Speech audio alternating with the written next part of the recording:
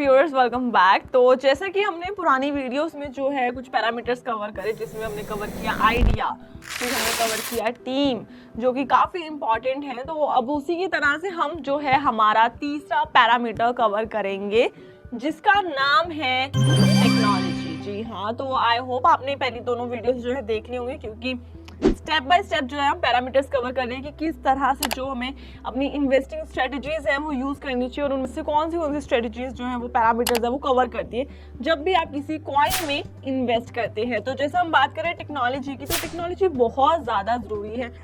जैसे कि इसमें एग्जाम्पल ले लेते हैं, अभी कुछ टाइम पहले जो है टॉप 20 प्रोजेक्ट्स में से इथेरियम क्लासिक जो आया था, पर उसके ऊपर जो है हमने देखा कि उस पे एक महीने में 3 बार जो है 51% अटैक हुआ, यानी कि जिसे कहा जाता है कि शायद उसको हैक कर लिया गया था 3 बार। तो यानी कि जितनी वो बड़ा प्रोजेक्ट था उसकी टेक्नोलॉजी उसको इतना सपोर्ट नहीं कर पाई, जिसके कारण उसके ऊपर हैक हुआ। तो इसीलिए जो टेक्नोलॉजी है वो भी बहुत बड़ा रोल प्ले करती है आपके किसी भी क्रिप्टो में इन्वेस्ट करने का और उसको चूज करने का। ये आपको ध्यान रखना चाहिए उसके टेक्नोलॉजी के बारे में।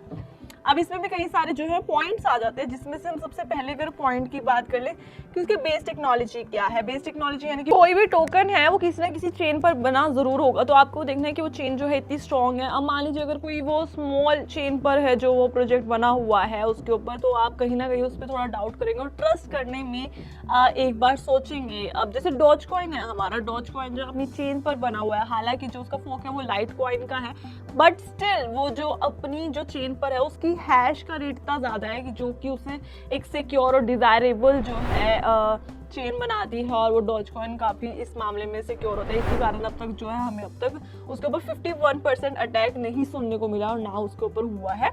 तो इसी में अगर हम दूसरे पॉइंट की बात कर ले तो वो आ जाता है कि anything interesting about the technology, उसके बारे में कुछ इंटरेस्टिंग है। अब इसमें जैसे कि एग्जांपल ले लेते हैं हम मैटिक का। मैटिक एक बहुत अच्छा प्रोजेक्ट आया था, उसमें लेयर 2 सॉल्यूशन बना रहा है। तो इसमें वो क्या कहता है कि इथेरियम पर जो बहुत सारी ट्रांजेक्शन होती है वो आप मेरी चेन पर करें, और इससे क्या होगा कि वो जो है इन सारी ट्रांजेक्शन को 30 मिनट्स में बंडल ऑफ ट्रांजेक्शन करके वो आपकी चेन पर जो है भेज देगा। इससे क्या होता कि इससे जो है गैस फीस, जो कि एक सबसे बड़ा इशू था इथेरियम के, उसके ऊपर जैसे कि हम जानते हैं कई बार हमें बहुत ज्यादा गैस फी भी पे करनी पड़ जाती है। तो इससे ये सॉल्यूशन ये दे रहा था कि अपने जो ये लेयर 2 सॉल्यूशन बना रहा है उससे ये फायदा हो जाता है कि हमारी गैस फीस जो बहुत जीरो से लेके जो भी थोड़ी बहुत आपको फीस जो है वो पे करनी पड़ेगी। तो ये एक बहुत बड़ा सॉल्यूशन ला रहा था कि जैसे कि गैस फीस का जो बहुत एक बड़ी प्रॉब्लम थी कि हमें बहुत ज्यादा फीस पे करनी पड़ी, एक इंटरेस्टिंग टेक्नोलॉजी ला रहा था, क्योंकि ऑफकोर्स इसके पीछे जो वो लेयर 2 सॉल्यूशन बना था वो टेक्नोलॉजी ही थी उसके पीछे।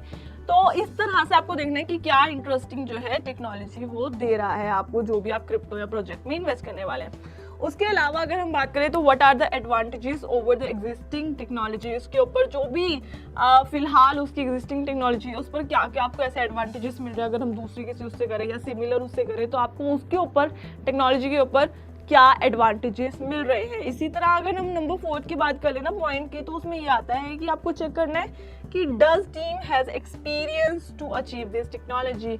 जैसा कि हमने पहले भी बात करी कि टीम एक बहुत बड़ा रोल अदा करती है, तो उसी तरह से आपने ये भी देखना है कि उसकी टेक्नोलॉजी टीम, यानी कि जो वो टेक्नोलॉजी लाने की बात कर रही हैं उसकी टीम इतनी एक्सपीरियंस है भी है नहीं है, या फिर ऐसी इतनी टीम स्ट्रॉन्ग है या नहीं है कि वो इसको पॉसिबल कर पाएगी। तो आप इसके लिए उसका बैकग्राउंड चेक कर सकते हैं, आप उनका वर्क देख सकते हैं कि उन्होंने क्या क्या करा है। तो ये जो है आपको इस चीज़ का भी ध्यान रखना है। उसके अलावा आप क्या कर सकते हैं, 5th पॉइंट की अगर हम बात कर ले तो वो है कि do they have any MVP और टेस्ट पार्टनरशिप।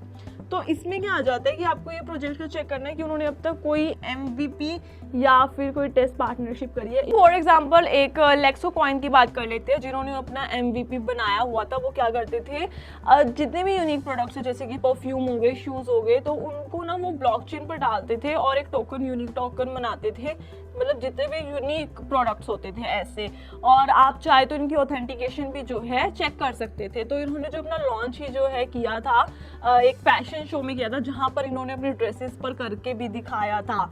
तो इन्होंने अपना MVP बनाया हुआ था, इन्होंने टेस्ट पार्टिसिपेशन कर रखी थी, यानी कि यूनिक प्रोडक्ट्स हैं उनको ब्लॉकचेन पर डालता था और एक ओरिजिनल टोकन की तरह प्रोड्यूस करता था। आप चाहे तो इसकी ऑथेंटिकेशन भी जो है चेक कर सकते थे।